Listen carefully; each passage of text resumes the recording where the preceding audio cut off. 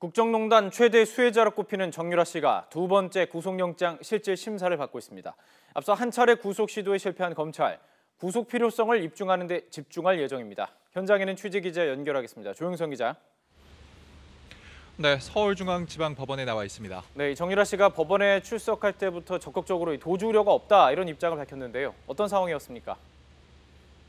네, 정유라 씨는 영장심사 30분 전에 이곳 법원에 도착했습니다.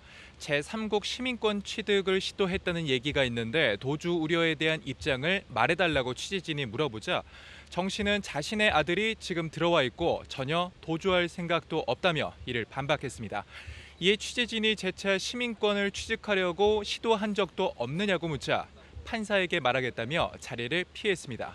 구속영장 심사는 오전 10시 30분 321호 법정에서 시작됐습니다. 검찰은 이번 두 번째 구속영장 심사에서 정 씨에게 적용했던 이화여대 학사 비리와 청담고 출석부 조작 연루 혐의 외에 범죄 수익 은닉 혐의를 추가로 적용했습니다. 삼성이 뇌물로 제공한 명말을 다른 말로 교체하면서 승마 지원 사실을 숨기기 위해 이뤄진 이른바 말세탁에 정 씨가 연루된 정황을 포착한 건데요. 자신이 직접 타고 관리하는 말과 관련된 사실을 정 씨가 몰랐을 리 없었다는 게 검찰의 판단입니다. 검찰은 이를 입증하기 위해 정 씨의 마필관리사 등 주변 인물을 소환해 추가 조사를 벌였습니다. 검찰은 또 정 씨가 덴마크에 구금돼 있는 당시 지중해에 있는 섬나라인 몰타 시민권을 취득하려 했던 정황을 조사했는데요. 이에 정 씨 측 이경재 변호사는 전형적인 가짜뉴스라며 이에 대해 영장 청구 사유에도 한마디 언급돼 있지 않다고 지적했습니다. 하지만 검찰은 이를 바탕으로 정 씨의 도주 우려를 부각할 것으로 보입니다.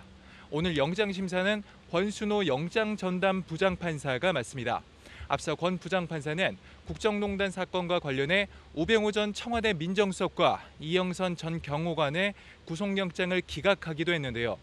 구속 전 피의자 신문에서는 삼성의 승마 지원 과정, 특히 말세탁의 전후 사정을 정 씨가 얼마나 알고 있었느냐 등을 놓고 검찰과 변호인이 치열한 법정 공방을 벌일 것으로 보입니다.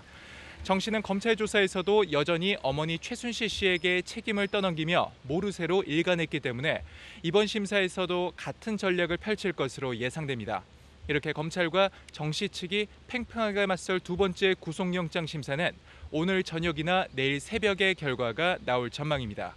지금까지 서울중앙지방법원에서 YTN 조용성입니다.